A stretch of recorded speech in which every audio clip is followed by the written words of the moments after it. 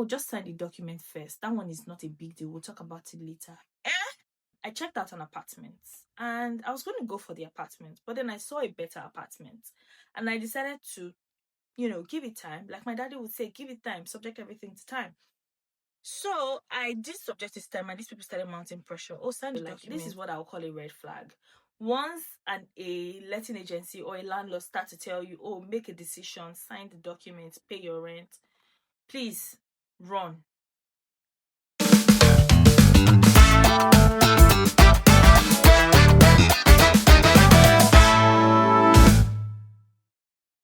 Hi guys, welcome to my YouTube channel. This is Victoria Abidoye, and today I have another video for immigrants that are relocating to the UK or just got into the UK. You want to rent your first apartment. This video is for you. But before we get in, I need you to please subscribe to this YouTube channel, like this video, leave a comment. Okay, so even if you won't subscribe, like this video so that people that need the video can get the video. Also leave a comment, but please subscribe. Okay, so let's go. Today I'll be talking about things to look out for before renting your first house. Now, a lot of people they don't know things to look out for, especially if you're just coming from out of the country or usually out of the country, you don't know what to look out for usually. I'm going to tell you what exactly you should look out for. So the first thing is confirm the pictures that you see online. A lot of the times, the pictures that you see are not reality. Nope. I mean, what landlords typically do is when they initially complete the house, they make a video and then they use that video or the pictures that they took to continue to market the house, even after months and months and years after the value of the property has changed, right? So what are you looking out for? You're looking out for wear and tears, basically. You're looking out for molds. Obviously, it's cold in winter. People usually close their doors, and because of the cold, molds come up on the walls. So ensure that you're checking out for molds. You're checking out for damp spots in the house. You're checking out for wall cracks. You're checking out for water pressure, heating system. Ask when the last time the boiler was serviced, and storage spaces. Basically, usually the UK flats in the UK are smaller than they look.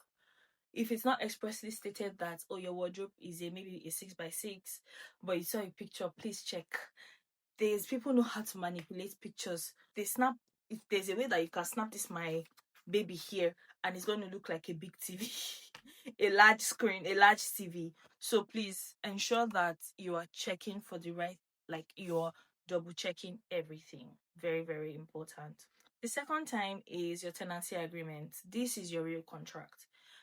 As much as you want to skim and get the process over with, ensure that you read things and you understand what you are reading. You don't want to sign something that you're not ready to oversee till the very end.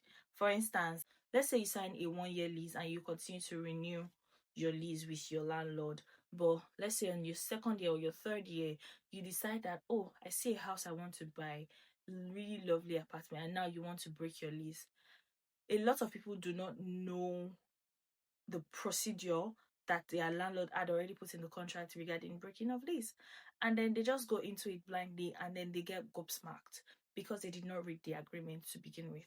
So please ensure that you read your tenancy agreement. Ensure that you're noting who is responsible for what is the notice period, and break down each clause. Ensure that you understand, get on the same page with your landlord or your letting agency. There are some red flags that in language semantics. There are some red flags in languages that you might want to also clarify with your landlord. Very, very important. But ensure that you read your documents. If you read the fine print, you know what you're going up against and you know what you're dealing with. Okay, now the real cost of the property. Apart from the rent is just one thing. Okay, apart from the rent, you want to, so if, for instance, if you move into an unfurnished house, you know that you have to buy every single piece of furniture. But if you move into a furnished apartment, you know that the things that you're probably buying or replacing, if you don't want to use the things that you found there, would be minimal.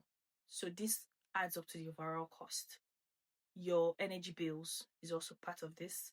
Your council tax is also part of this. You want to be aware of, okay, so let's say for instance my rent is £1,000 per month. council tax per week per month is, let's say, £160. Let's say energy bill is 300. This is not specific, this is just example for each one.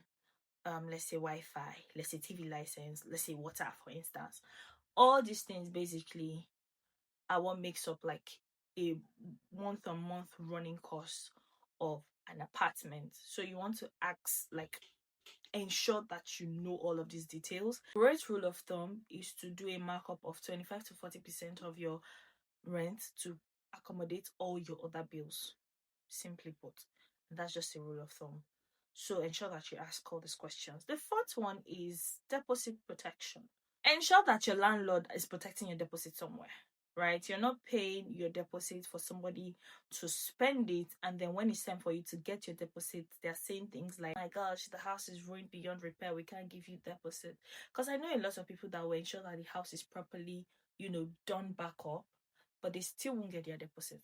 So if your deposit is protected by deposit protection services, you know that your deposit is not with your landlord.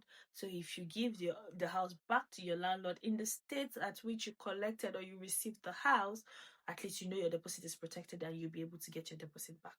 When you also pay your deposit, you should get a certificate of confirmation that you have paid your deposit. Another thing is check your energy band.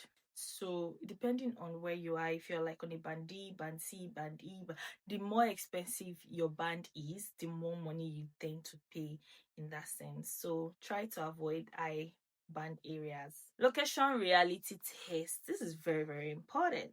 Ensure that you test your location. You want to know how close your accommodation is to like the nearest place or the furthest, or the place that is further away. You want to know where your house is to the nearest train station, where your house is to like shopping malls, to the city center, etc., etc., to the GP, to the hospital.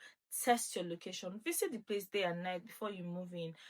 Have a feel of what the environment is, right? Have a feel of what it is, and then ask yourself, is this where I can live in?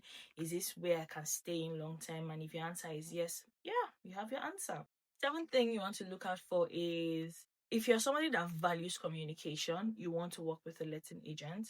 If you're somebody that, well, you couldn't be bothered, you maybe want to consider working directly with a landlord, but like there are risks on both ends. A letting agency is more structured, but it is slower, while a direct landlord is, maybe quicker potentially, but they are more flexible and they are definitely more risky. So weigh your pros and your cons properly before making that decision to rent your apartment. Okay, and this is what I'll call a red flag.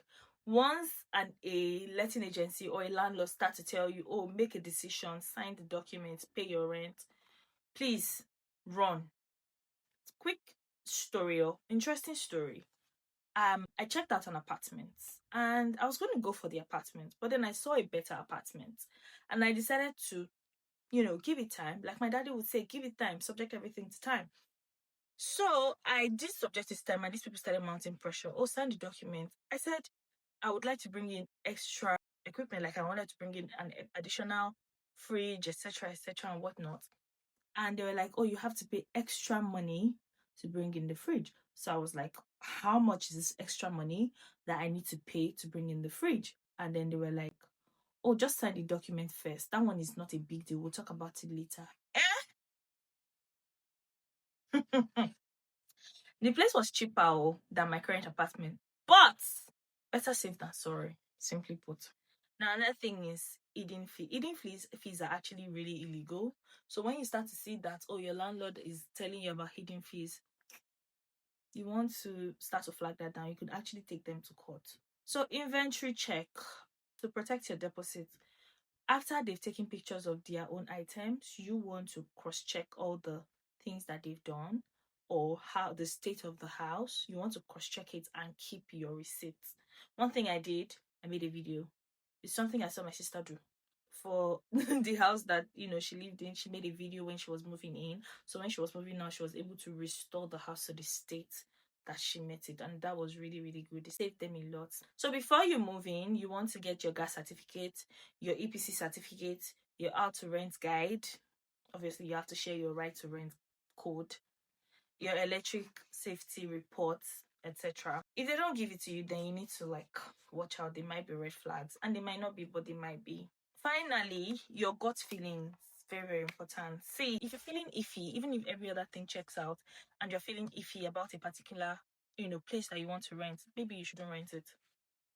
Maybe just don't rent it. Like, you can always look for somewhere else. But like, a house is where you will spend a lot of time. Apart from work, your house is the next place that you spend a lot of time.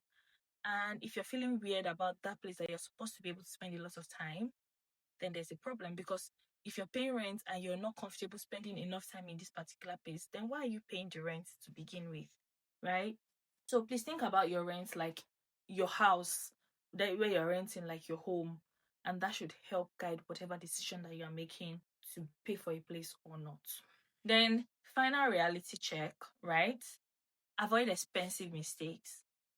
Check out every single thing before you proceed to avoid expensive mistakes. Remember that when you sign on the dotted line, you have already gotten into an agreement and you could potentially be in trouble. So beware. Understand the system. Understand how renting works. Understand it. Try to read up on it and understand it properly. Your first rental situation is not about it being perfect. You're just trying to build a renting history. So ultimately, like I always say, be kind to yourself. And that brings us to the end of this video. If you watch this video till this end and you did not subscribe, why are you doing like that? Tell me. Why? Anyway, thank you so much for watching this video till the end. If you did, please don't forget to like this video, leave a comment, turn on your notification bell so you can stay updated for every time we post. And I'll see you in my next video.